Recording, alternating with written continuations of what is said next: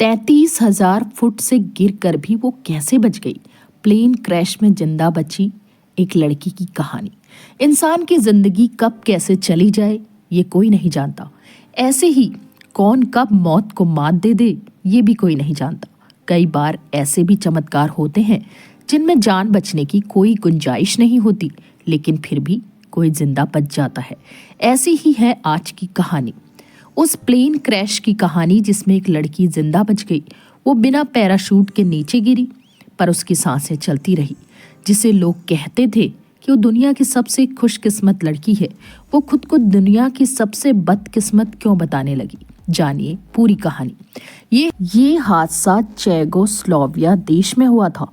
Central Europe का एक देश जो 1918 में ऑस्ट्रिया हंगरी से आज़ाद देश बना था। उस दिन तारीख थी 26 जनवरी 1972। एक एरोप्लेन ने स्वीडन के स्टॉकहोम से सर्बिया के बेलग्रेड के बीच उड़ान भरी थी। इस फ्लाइट का नाम था जेट फ्लाइट 367। उड़ान भरने के करीब 46 मिनट बीत चुके थे।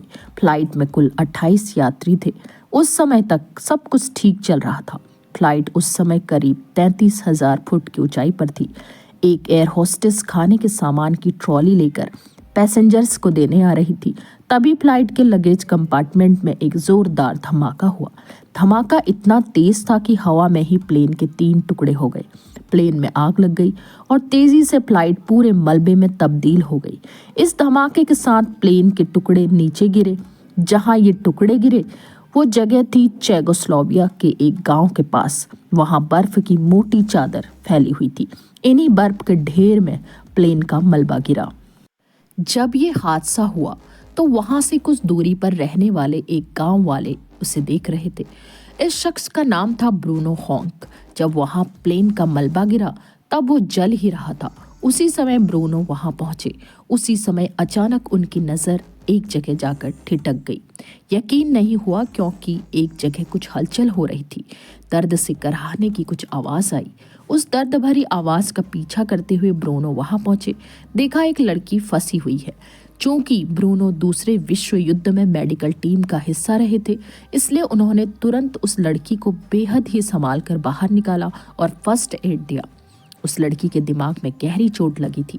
पैर की हड्डियां टूट गई थी, मांसपेशियां फट गई थी। अब जैसे ही उस लड़की को फर्स्ट एड मिला, उसके बाद ही वो लड़की कोमा में चली गई। करीब 2 हफ्ते बाद उसे होश आया। वो 23 साल की लड़की थी, वेस्ना वुलोविक। सर्बिया के बेलग्रेड की रहने वाली इस फ्लाइट के क्रैश होने में एकमात्र जिंदा बची लड़की, जो 33,000 फुट की ऊंचाई से बिना पैराशूट के नीचे गिरी और जिंदा बच गई।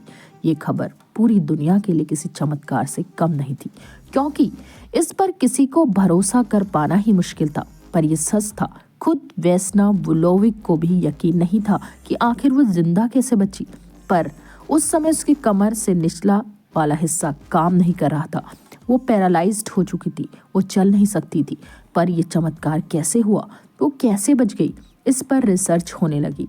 असल में इसके पीछे कई वजहों का पता चला, जिसके चलते प्लेन में एकमात्र वो लड़की बच सकी थी। दरअसल इसके पीछे बड़ी वजह थी वेस्ना वुलोविक का लो ब्लड प्रेशर का होना।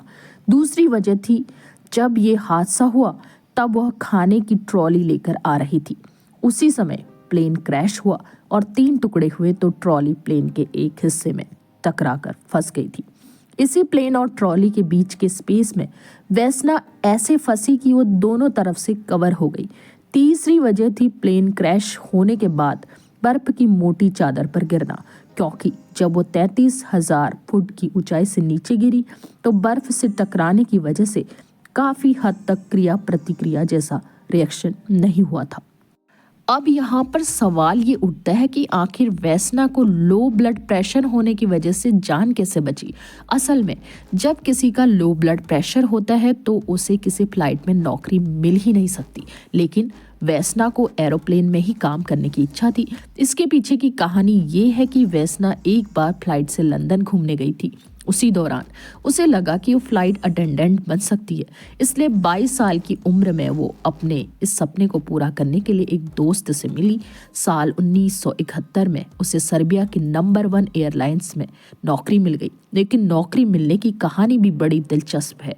असल में मेडिकली वैसना वोलोइक को एयरलाइंस में नौकरी नहीं मिलनी चाहिए थी क्योंकि उसका ब्लड प्रेशर लो रहता था। लेकिन लिखित परीक्षा पास करने के बाद उसकी मेडिकल जांच होने वाली थी, तब उसने काफ़ी मात्रा में कॉफ़ी पी ली थी।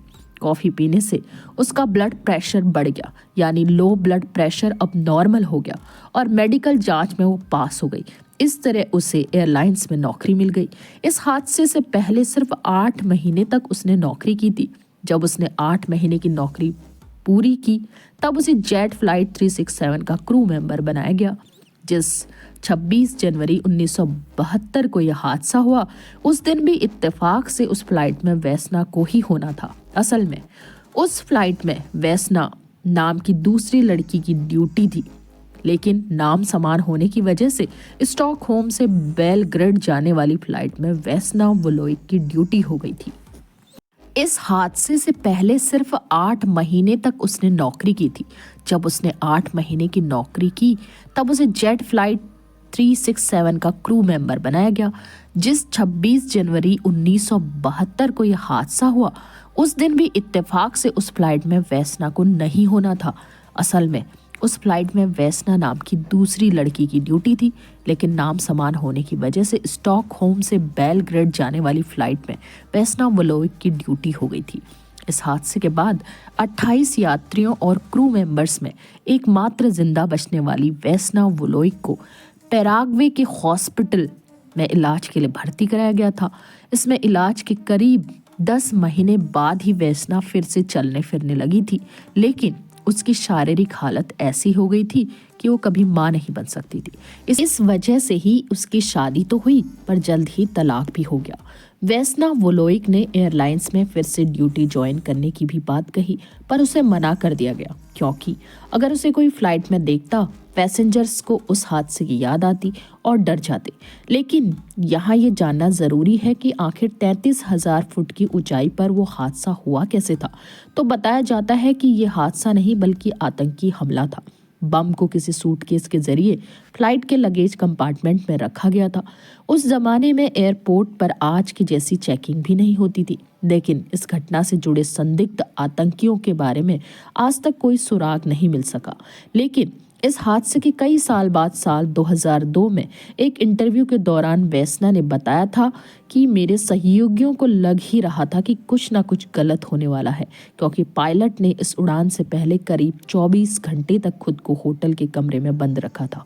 वो अपने कमरे से बाहर भी नहीं आना चाहते थे। इसके अलावा जब वैसना का हॉस्पिटल में इलाज चल रहा था तब वहां आसपास इतनी सुरक्षा व्यवस्था कड़ी कर दी गई थी ताकि कोई एकमात्र जिंदा बची लड़की पर अटैक ना कर दे।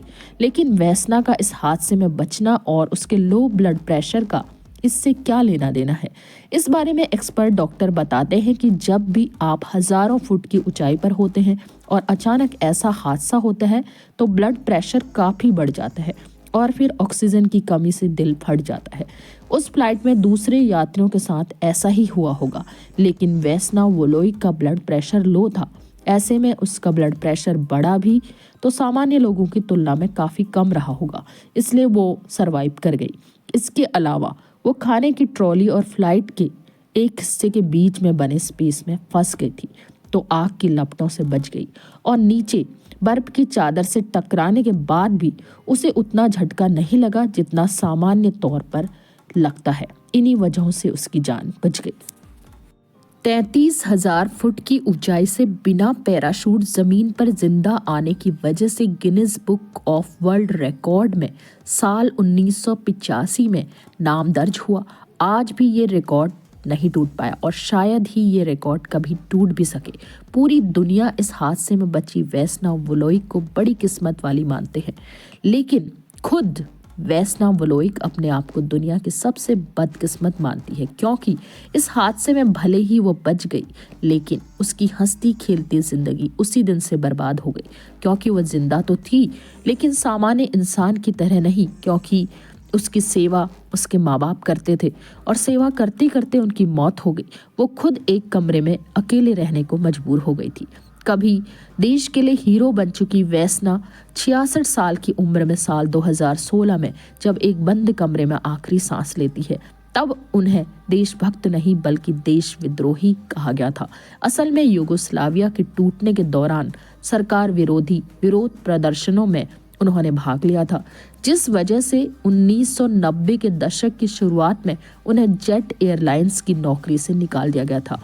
इससे पहले तक उन्हें सैलरी भी नहीं मिलती थी। अक्टूबर 2000 तक वो राजनीति में काफी सक्रिय रही थी, पर मौत से कई दिन पहले वो पूरी दुनिया से नाता तोड़ चुकी थी।